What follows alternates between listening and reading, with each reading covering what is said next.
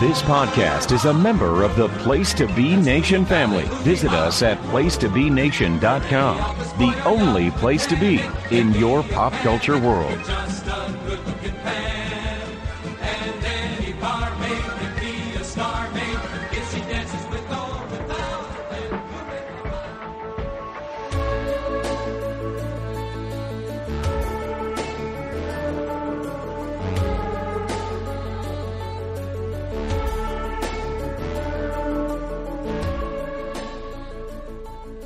Place to Be Nation Pop Network. Scott Shifflett once again from the Backbone feed, joining you for a movie review. And this time I'm hitting probably the best horror movie this year, a little independent movie that's made over $100 million as of recording on June 1st, and that is Obsession.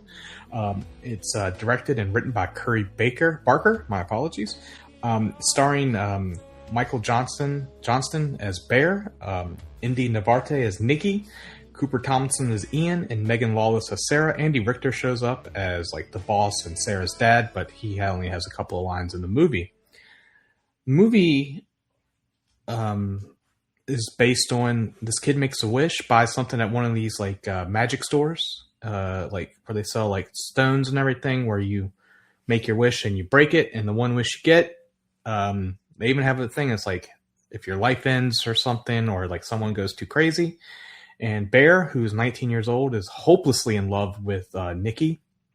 And he makes the wish that he wants her to be fucking obsessed with him, as he says. And what he thinks might be a little something that might happen turns into a terrifying movie at points. And just like horrifying, like in the best horror ways. Like, this is a great movie. It's one of my top 5 movies of the year so far. And but it starts off like after Bear makes his wish come true, Nikki falls head over heels and is just like, everyone's like, she's acting weird. She's just like, I love you. I'm obsessed with you. And like, just keeps going on how much she loves you, says she'll do anything.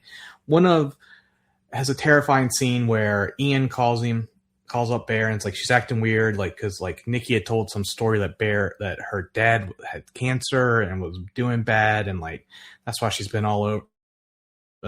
acting so weird, but like she really loves him. And then like you cut to that where he finds out like that she's lying, and Bear, being the piece of shit that he is having sex with her, and like you find out it's like a demon, not really a demon, but it's like the real Nikki has been replaced, and like something else is like in her body. And literally like Bear goes to work and Nikki stays in the same spot the whole time and literally defecates all over herself while she's waiting for him. Very odd stuff happens. Like, she feeds him his dead cat that died in the start of the movie. It's honestly, it's probably the best horror movie. I know I just did those. And there's a scene where it's obvious that Sarah likes Bear, and they're talking in their car, and the scene is just shot like, Nikki's going to show up, and she does, and she just destroys Sarah. Like, so graphic. And Bear's trying to get out of it, and like he calls, and they're like, hey, why don't you just kill yourself? That's one way you could break it, or you kill her. And Bear's too much of a pussy to not kill himself. It's just pure psychological torture. And you see, like, yes, Bear's 19 years old, but he's an adult. He knows what he's doing. And he knows what he's doing is not right, because they're like, do you want to speak to Nikki? And it's just Nikki screaming, which sounds like it's from hell. And it's terrifying. Like, I watched this movie weeks ago, and it's like stuck with me ever since.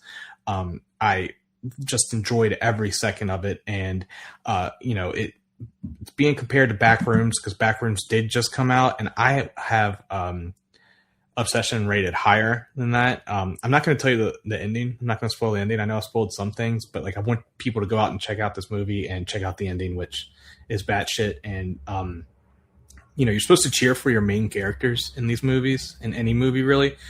And Bear was just so repulsive. Like that scene where like he's having sex with with her after finding out like she's been lying and not acting like herself. They think she's like lost her mind, and the girl did amazing. Like she kind of reminded me of like Anna Taylor-Joy in that vein, and the girl that is in